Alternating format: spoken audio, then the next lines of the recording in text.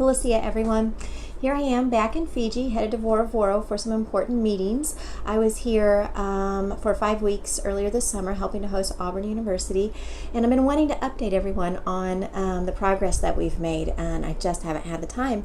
So I'm taking the time here in my lovely hostel room to do just that. I'd like to start with saying a big binakbakalevu to Auburn University, to the faculty, to the students, to the two amazing interns, Andrew and Kelly, I had this year.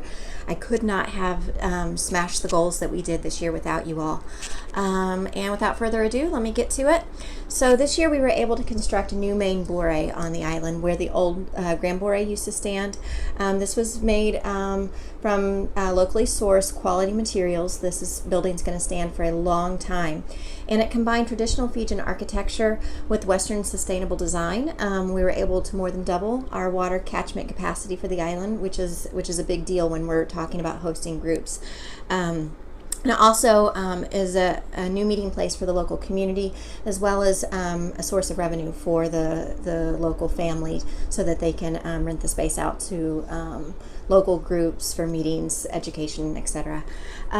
We were also able to invest another $5,000 in repairing and improving existing accommodations and infrastructure.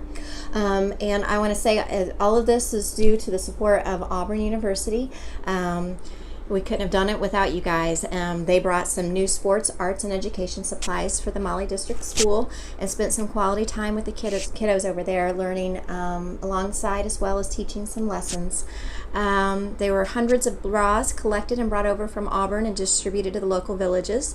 And this is super exciting. So we've, in partnership with Auburn University, we've started an Engineers Without Border application for Mali Island, and this is for a seawall to combat the climate change, rising sea levels that are happening. So that process has been started.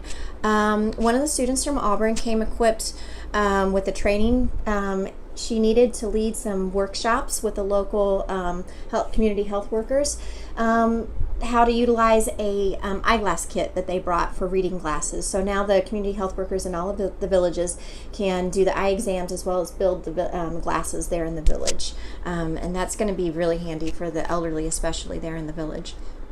So this is very exciting. So there's now the Vorovoro Cultural Center on Vorovoro. This is Fijian owned and operated as a cultural heritage educational site that benefits the Vorovoro Mali communities. So this is exciting for many, many reasons that would just take forever for me to outline here.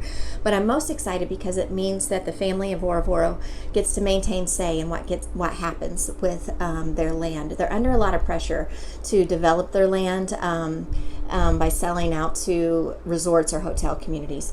And they'd really rather create revenue for the community in a way that doesn't require that they compromise on their culture, the integrity of their culture, the land, and the place where they've always called home. So being able to establish the Vorovoro Cultural Center is a way that they can do that. So that is in the process, and I'll keep you updated on the progress, fingers crossed. So all of our internal partnerships are going great. The students from Auburn enjoyed living and learning with the McKay family over at Thangu Farms again. They went scuba diving with our Fijian-owned dive school from Lingolevu village over in Mali, the Great Sea Reef Divers.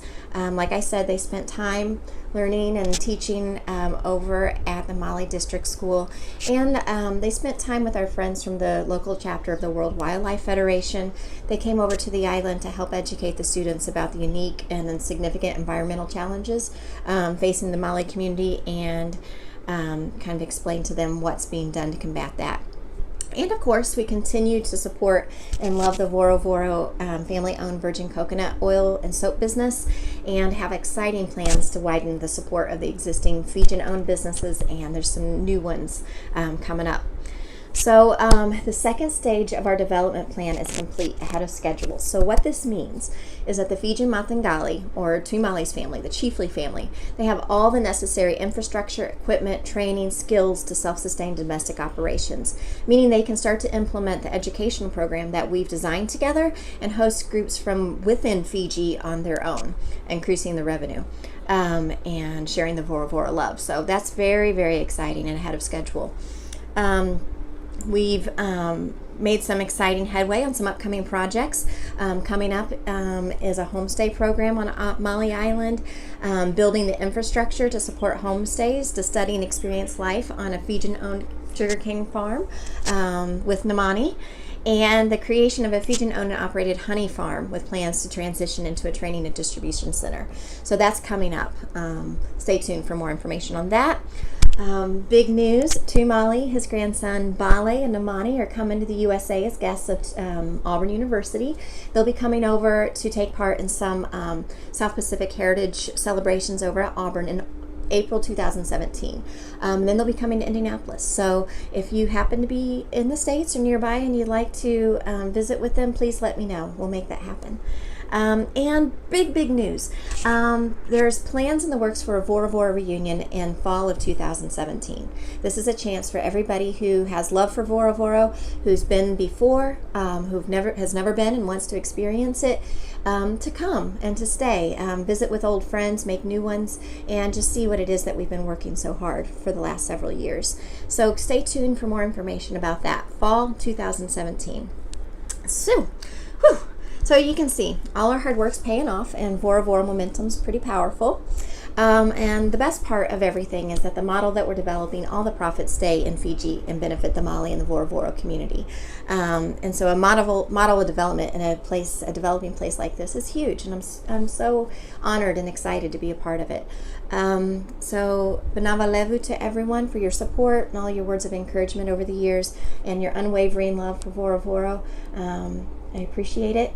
And until next time, Mode.